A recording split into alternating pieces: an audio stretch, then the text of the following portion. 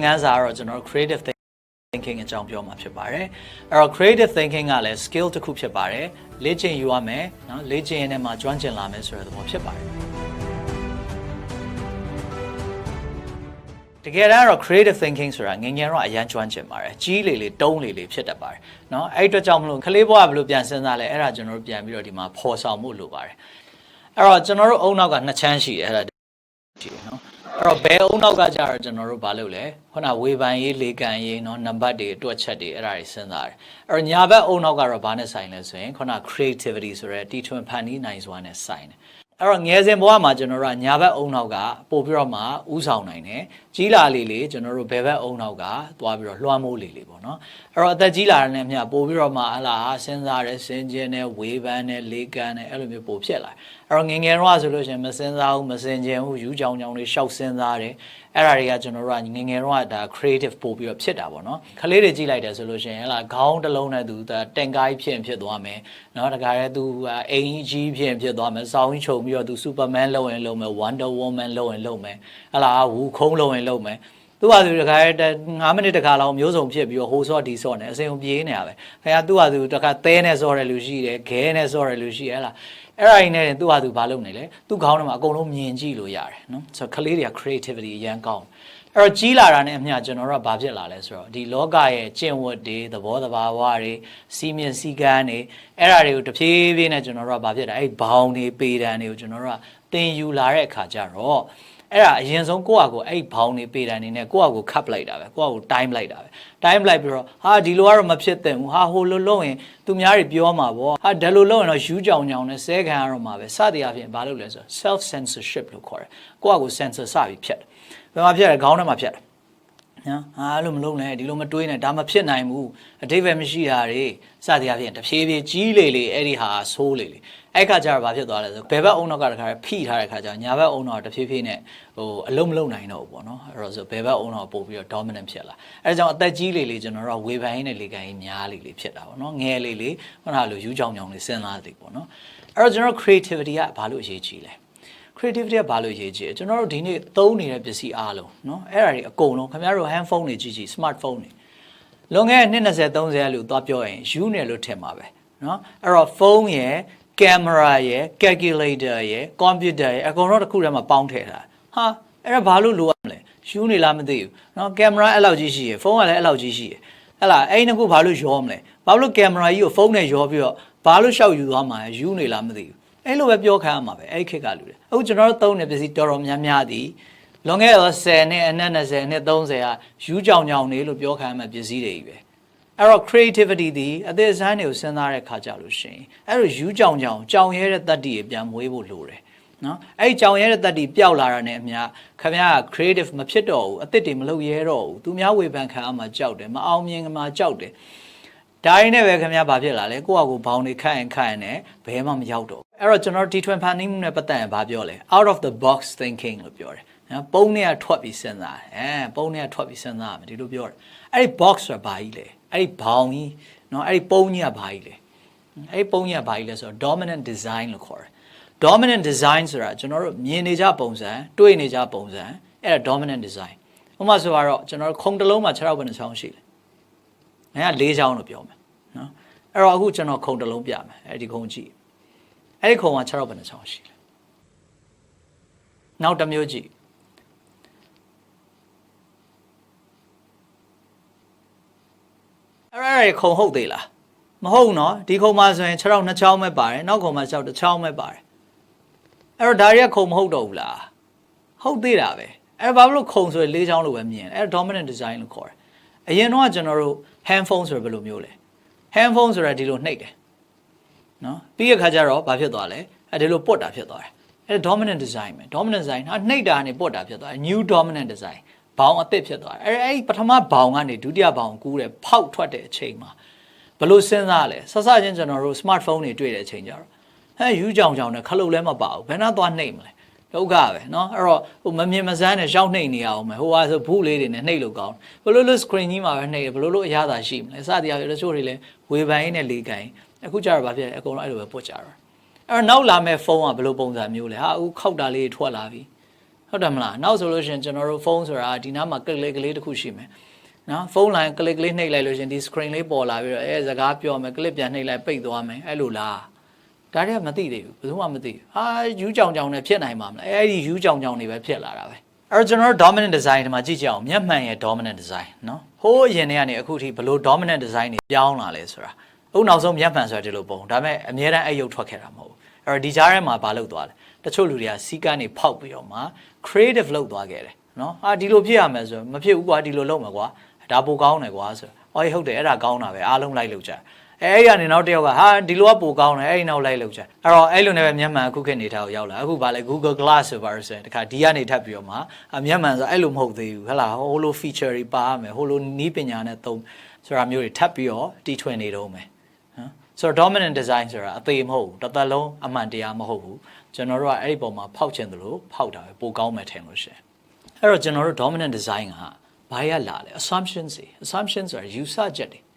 ဒီလိုလုပ်လို့မရဘူးထင်တယ်ဟိုလိုဆိုရင်လူတွေလက်မခံဘူးထင်တယ်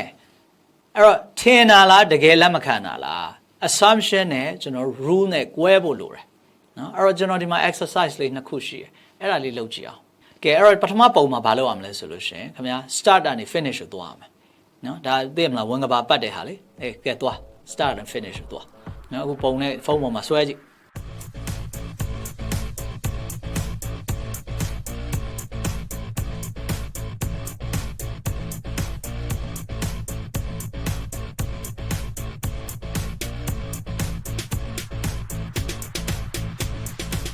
ဆွဲကြည့်ပြီလား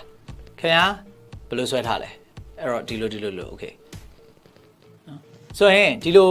ပတ်ပြီးသွားရင်ရမလားဝင်ကပောင်မပတ်ပဲနဲ့ဘေးကနေဘောင်ဘေးကနေဖြတ်ပြီးတော့ရနိုင်လားဒီလိုဖြတ်ချရင်ရော start and finish ခင်ဗျာပါအတိတ်ပဲမရှိရည်လှုပ်ပြီးလို့ပြောတော့ဘာဖြစ်လို့လဲဖြတ်ချလို့ဘယ်လိုလုပ်ရမလဲခေါင်းစဉ်မှာဘာရေးထားလဲဘာလုပ်ခိုင်းထားလဲgo from start to finish အစမှတ်မှအဆုံးမှတ်သို့သွားပါလို့ပဲရေးထားတယ်ဒါပေမဲ့ခမည်းကဘလို့ assume လုပ်လိုက်လဲဘလို့ ယူဆလိုက်လဲခမည်းကအဲ့ဒီဟာကိုပတ်ပြီးသွားရမယ်လို့ယူဆတယ်ဒါခမည်းယူဆချက်စီကမ်းမှာရေးထားလားအဲ့ဒါကိုပတ်သွားပါလို့ရေးထားလားမရေးထားဘူးခမည်းဘာဖြစ်လဲတသက်လုံးကအဲ့ဒီဟာမျိုးတွေ့ရင်ဘာလုပ်လဲပတ်တာပတ်ပါလို့မရေးထားဘူးမရေးထားဘဲနဲ့ခမည်းကဘာလို့ပတ်လဲစီကမ်းကဘာပဲရေးထားလဲအစအနေအဆုံးသွားပါပဲရေးထားတာခင်ဗျာပတ်တာအဲ့ဒါ assumption rule ဒီပါလဲ go from start to finish စမှတ်ကဆုံးမှတ်ကိုသွားပါပဲရေးထားတာခင်ဗျာ assume လုပ်လိုက်တယ်ယူဆလိုက်တယ်ပါရမယ်အခုဖြတ်ချရဆိုခင်ဗျာတိတ်မကြည့်နိုင်ဘူးစိတ်ထဲမှာကိုယ့်အကူခံစားကြည့်အဓိပ္ပာယ်မရှိရတဲ့ပြောနေအဓိပ္ပာယ်မရှိရတဲ့ပြောနေခင်ဗျာအုံနောက်ဘယ်ဘက်အုံနောက်ကခင်ဗျာကိုစူးနေပြီဒါကြီးကိုလက်ခံလို့ဆိုဟုတ်တယ်နော်အဲ့ဒါပါလဲအဲ့ဒါ out of the box ဆိုလို့ရှိရင်အဲ့လိုမျိုးတွေစဉ်းစားနိုင်ရမယ် rule နဲ့ assumption နဲ့꿰ရမယ်ဖုန်းဆိုတာဒီလိုဖြစ်ရမယ်ဘယ်သူကပြောလဲ computer ဆိုတာဒီရုပ်ပေါက်ရမယ်ဘယ်သူကပြောလဲကိုယ့်အကိုစဉ်းစားဘယ်ဟာ rule လဲဘယ်ဟာ assumption လဲ customer တွေတကယ်မသုံးဘူးလားတကယ်မကြိုက်ဘူးလားအဲ့ဒါဆိုရင်တော့သွားမလုပ်နဲ့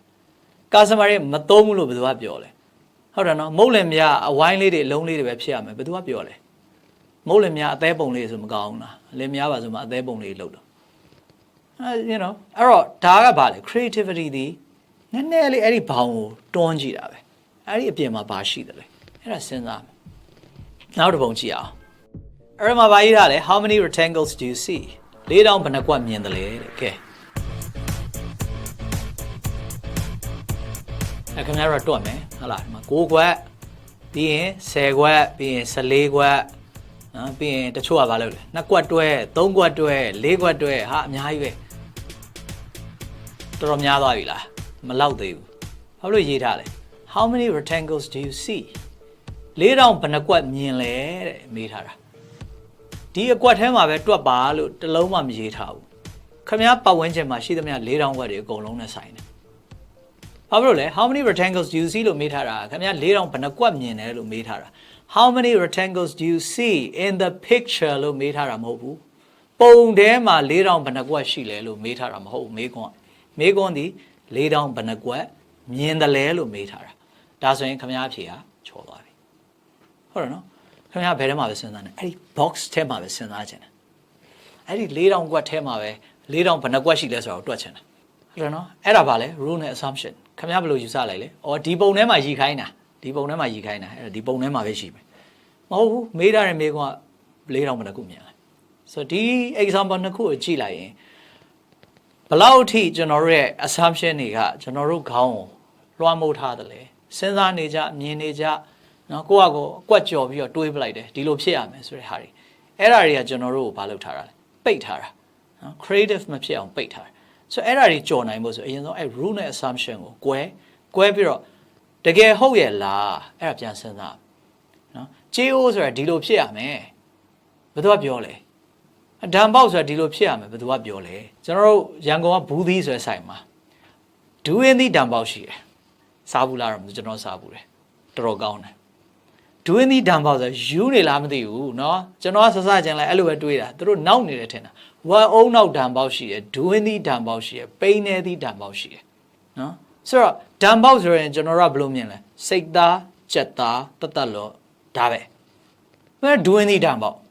ပိန်းနေသီးနဲ့ဒံပေါက်နဲ့ဘယ်လိုလုပ်စားမလဲယူနေလားပိန်းနေသီးဒံပေါက်လည်းတော်တော်လေးကောင်းတယ်အဲ့ဒါပဲဘယ်သူကပြောလဲမကောင်းလို့ဘယ်သူကပြောလဲမစားဘူးလို့စားရလေကောင်းတယ်လေကြိုက်တယ်လေဟာသွားဝယ်ပြတယ် creativity ဆိုတာ iPhone ထက်ကောင်းတဲ့ Apple ကြော်မဲ့ product မျိုးထုတ်ဖို့ပဲပြောတာမဟုတ်ဘူးကျွန်တော်တို့ပတ်ဝန်းကျင်မှာရှိတဲ့ပစ္စည်းတွေကိုနည်းနည်းလေးဘောင်ကျော်ပြီးစဉ်းစားကြည့်ဟုတ်တယ်မလားမုတ်လုံးရေပေါ်ထဲမှာကျွန်တော် chocolate ထည့်ပြီးတော့လုံးမယ် cheese နဲ့လုံးမယ်ဟုတ်တယ်နော်ကြက်သားထည့်လုံးမယ်ဟာမုတ်လုံးရေပေါ်နဲ့ကြက်သားနဲ့ဟဲပေါက်ပေါက်ရှာရှာမသိဘူးလေကောင်းလည်းကောင်းမှာပေါ့စမ်းကြည့်ပေါ့မစမ်းမချင်းဘယ်သူမှမသိဘူးကျွန်တော်တို့ကြောင်းမှာဟိုတော့ထမနဲထိုးတယ်မလားထမနဲတဲ့ကိုကျွန်တော်ပဇွန်ကြောက်တွေရောကြက်ဥကြောင်းတွေရောအကုန်ကောက်ထည့်တယ်တော်တော်ကောင်းတယ်ဗျာနော်အဲ့တော့ထည့်မယ်ဆိုတော့ကျွန်တော်တို့ဟလာဘာပြောကြလဲအာအဓိပ္ပာယ်မရှိရရိုးရဖြတ်တယ်ဘာဖြစ်တယ်ပြီးတော့တို့ပဲစားတာကောင်းတာဟုတ်တယ်မလားအဲ့တော့ဘယ်သူကပြောလဲထည့်ကြည့်လေလှုပ်ကြည့်လေပြတ်သွားတော့တိုးလှုပ်လိုက်ပေါ့ဒါပဲရှိရပဲဒါပေမဲ့လေကောင်းတယ်အဲ့တော့အဲ့ဒီဘောင်တွေဘလို့ကြော်တယ်လဲနော်ကြော်ကန်ကြီးကြလို့ရှိရင်နည်းနည်းဘာဖြစ်လာလဲကြောက်လာတဲ့စိတ်အဲ့ဒါရှိတယ်အဲ့ဒါလေးတွေကိုကိုယ့်အကိုသတိပေးတတ်ဖို့